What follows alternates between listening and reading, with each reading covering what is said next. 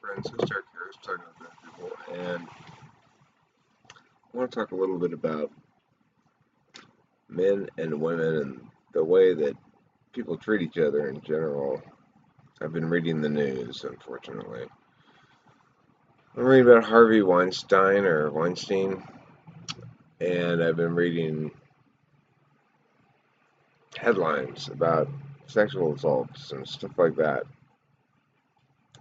It's always something that's bothered me a great deal. I feel very hurt in my heart when I read stuff like that.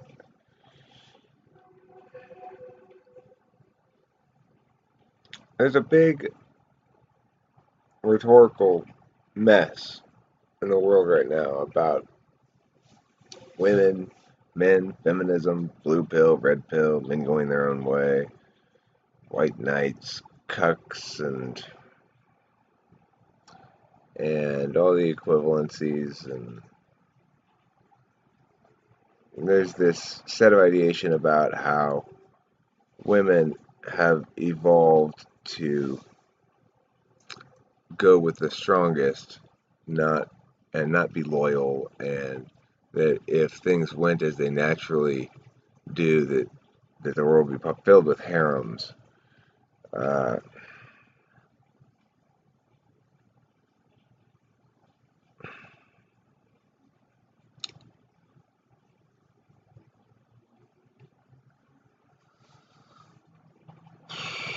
it's true that there's a challenging economy, and that produced a weird and I think not at all good for me anyway.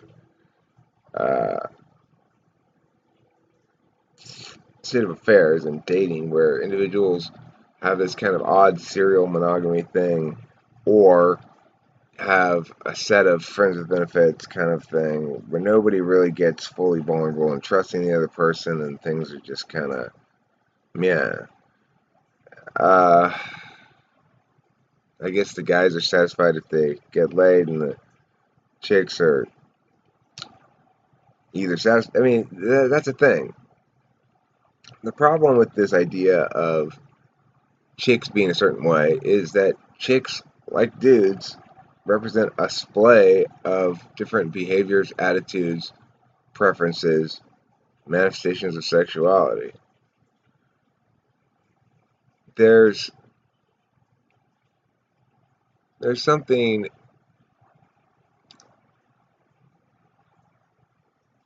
there's something about heterosexual interaction that is odd, which is I think there's a lot of things about it that are odd, but there's a definitely a dominant submission component to it.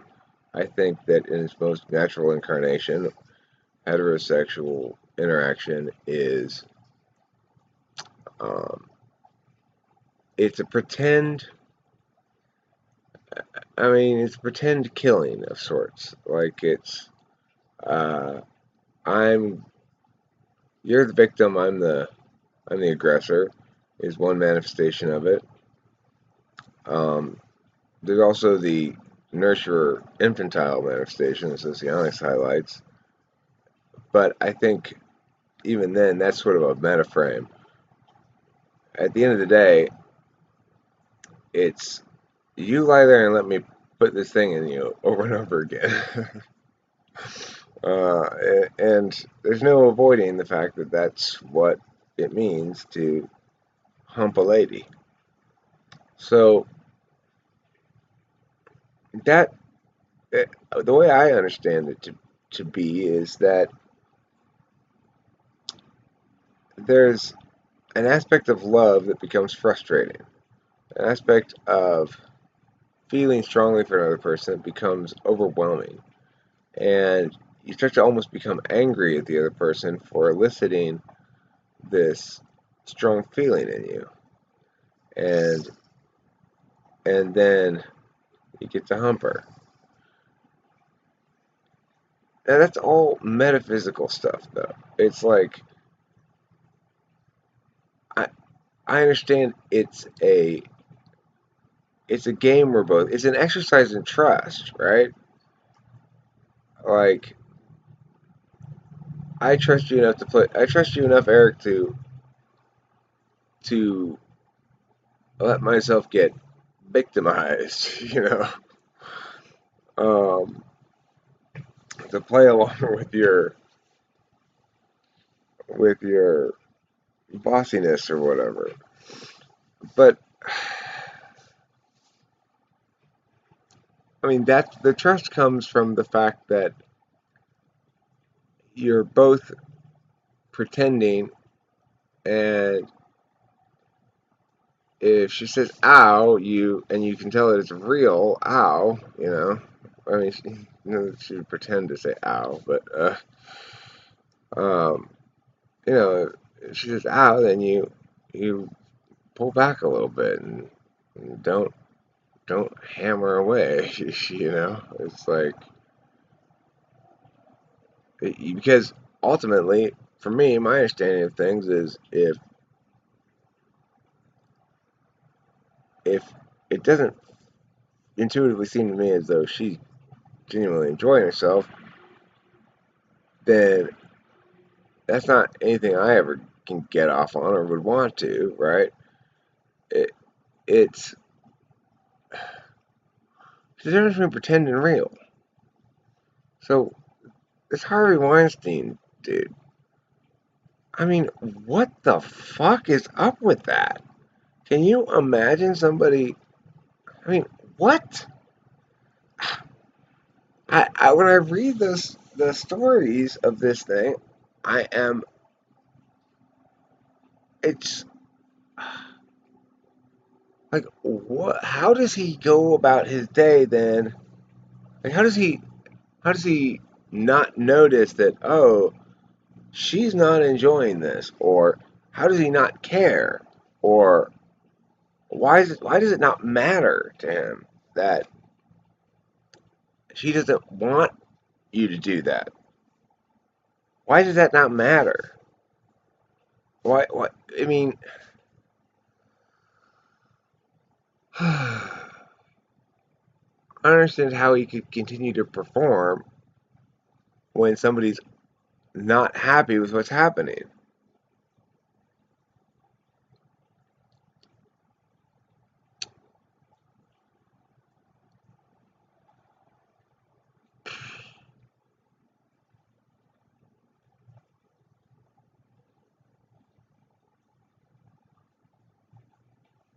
And I read another article that said, this is, you might say, this is totally unrelated, Eric. It is unrelated, but it's also kind of related. I don't know. I read an article that said 40% more women now cheat on their husband, or self-report cheating on their husband than did 20 years ago. About.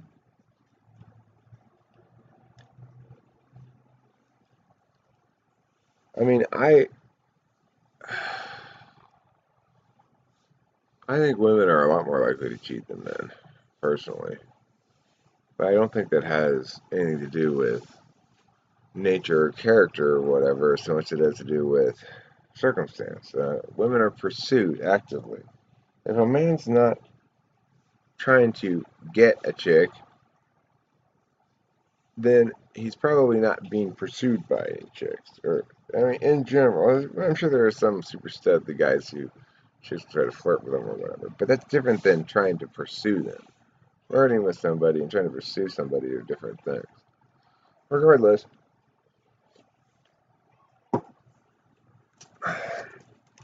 this article tried to paint infidelity as a uh, a third path between getting divorced and staying married and being unhappy. That it can make you happy and okay with the marriage and blah blah blah blah.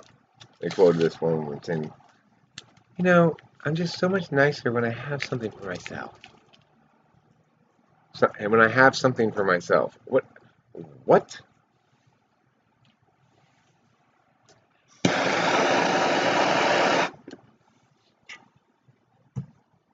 So, I identify with the white knight thing. I definitely get off on that. Like, I like the reality that I've come in and been a solution for Kimberly in a lot of different ways, that she needs my presence, support, whatever. Not just financial, but I mean, that's the least of it, really, is emotional and spiritual and everything else that she equivalently provides for me. But my point is, there's a lot of narratives going around now about how men and women ought to relate to one another. There's a lot of finger pointing from men and women, and probably back the other direction as well. Although I'm more likely to hear about the finger pointing from men towards women. Basically says we're tired of this bullshit economy whereby you've got this thing that everybody wants, and you just sit there and go, well, you guys can all try for, and then I'll decide eventually. Bullshit, we're not going to take you out to dinner, blah, blah, blah. That doesn't resonate with me at all because the economy works well if the male's actually looking for a relationship. If they're trying to finish dating and find the one that they're settling on, not settling on, but settling that they've chosen, then it's an economy that makes sense. After all,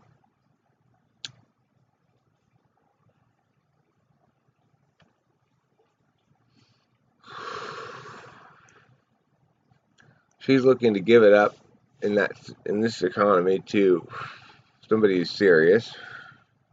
He's looking to find somebody serious to give it to, and it works. But if, as is the case, it seems, half or both parties are not serious about that initial question, then you have this weird morass of dating sex that occurs. I think mine is probably the last generation that can even bother caring about it. Kimberly isn't even she became part of this generation in some sense before I came around. I kind of did too. Not as not not for as long as Kimberly did, but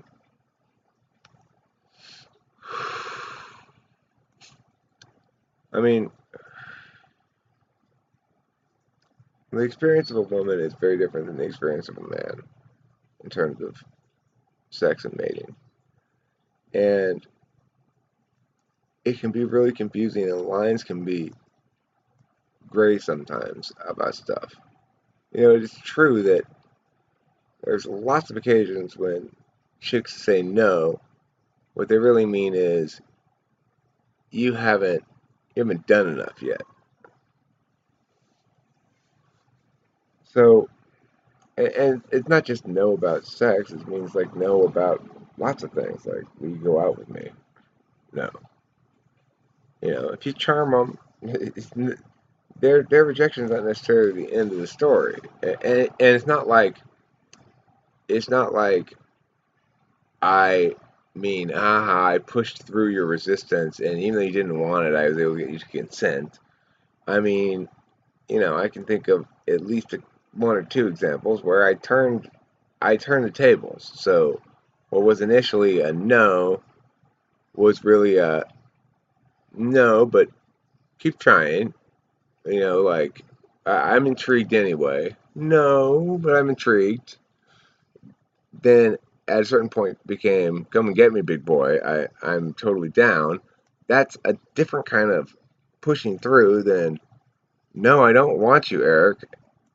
You're fine with it. I'm gonna just masturbate in front of you. I mean, what a fucking freak! This guy is such a weirdo. Why is he? What? How does he do this for such a long time?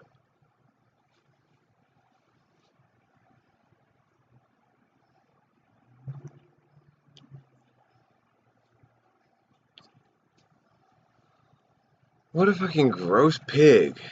I read one story. This it's just heart wrenching story of this woman who basically she like the first encounter was very non consensual, but she talks about not fighting him off hard enough, and then sort of following up by playing along with him in a succession of consensual interactions that she regrets entirely. Like he won, like he raped her and he won. It was awful. It was fucking awful to read, and I just don't understand that.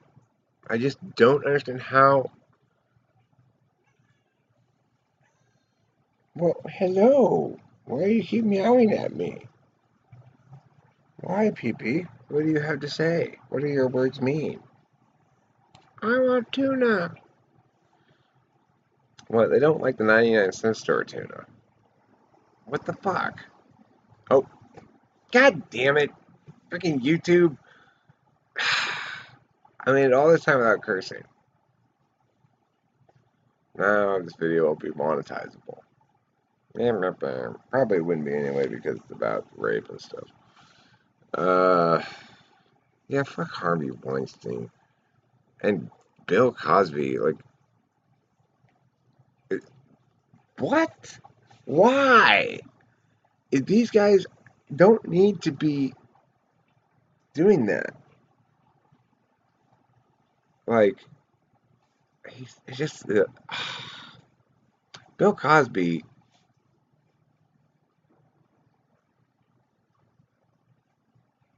It's, these people are taking pleasure out of forcing people one way or the other, and they should fucking go to jail.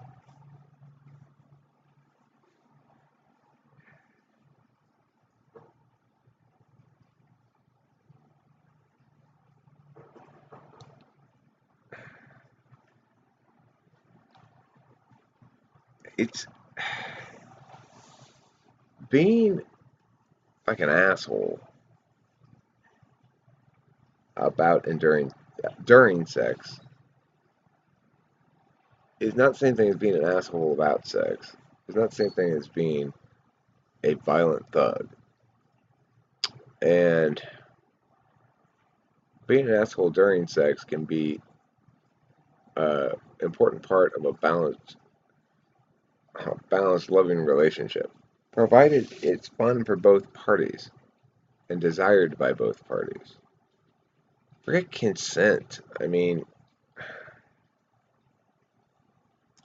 the bar should be enthusiasm. Um,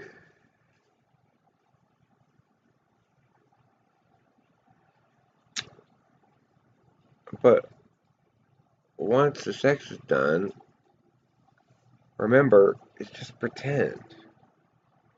And if it ceases to be pretend during the process, then that should kill your boner. And if it doesn't, then you're a fucking sociopath. Fucking Harvey Weinstein. Fuck you.